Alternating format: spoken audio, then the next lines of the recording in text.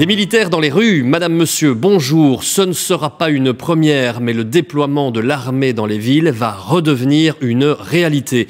C'est le ministre de l'Intérieur qui l'annonce aujourd'hui à nos confrères de Sudinfo. Un accord a été conclu avec Theo Franken, le ministre de la Défense.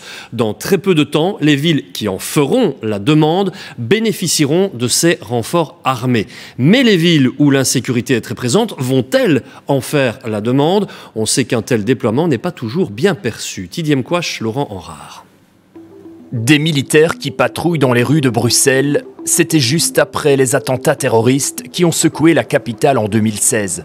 Cette mission de sécurité a duré pendant plus de 5 ans et elle va bientôt revoir le jour. Une décision politique d'avoir des militaires qui viennent avec les policiers dans des patrouilles mixtes, appuyer donc ce qu'on fait pour assurer la sécurité de nos concitoyens. La priorité, Bruxelles, avec ce triste bilan, plus de 60 fusillades depuis le début de l'année. À Bruxelles, on a une situation absolument inacceptable à laquelle il faut répondre de manière encore plus résolue que ce qu'on a pu faire. Mais que pourront faire exactement les militaires dans les rues et dans quelles conditions? Le ministre de la Défense tient à les rassurer.